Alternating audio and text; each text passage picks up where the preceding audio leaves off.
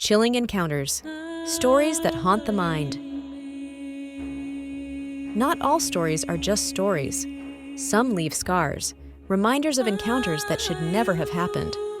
Tonight, we will tell you 3 true accounts, shared by people who still look over their shoulders because of what they experienced. Maybe you'll sleep soundly tonight, or maybe you won't. Story 1. The Whispering Shadow.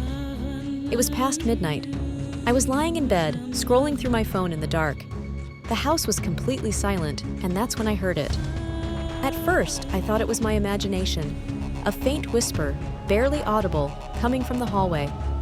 I paused, held my breath, and listened. There it was again, a voice, a whisper calling my name. My heart started pounding. Slowly, I reached for the flashlight on my nightstand. I stepped into the hallway, my hands trembling. The beam of light cut through the darkness, but I couldn't see anything.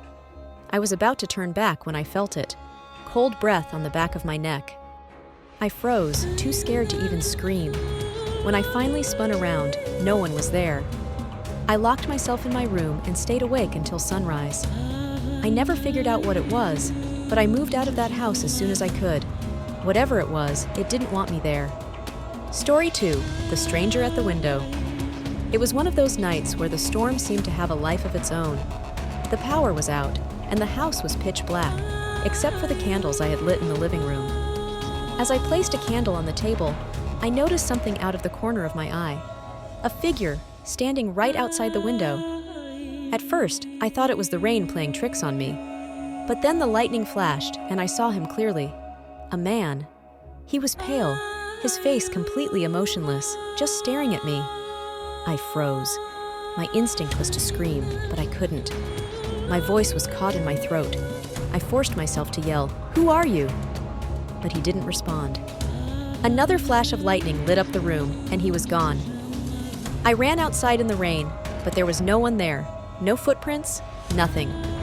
To this day, every time there's a storm, I can't help but look at that window, just in case. Story 3. The Phantom Passenger. I was working late one night, picking up passengers for extra cash. It was a quiet shift, and I accepted a ride from a remote address. When I arrived, I saw an older woman standing by the road. She got into the back seat without saying much, just gave me an address in a soft, almost whispery voice. As I drove, I couldn't help but glance at her in the rearview mirror. Something about her felt off. She sat perfectly still, her face pale and distant, like she wasn't really there. We reached the destination, a cemetery. I turned around to tell her we had arrived, but the back seat was empty. I froze, my heart racing. I checked my app, and the ride request had disappeared too. I don't know who or what I picked up that night, but I'll never forget the icy chill that lingered in the car long after she was gone. Some say fear is just in our minds, but what if it's not? What if the things we can't explain are more real than we'd like to believe? Sleep well tonight, if you can.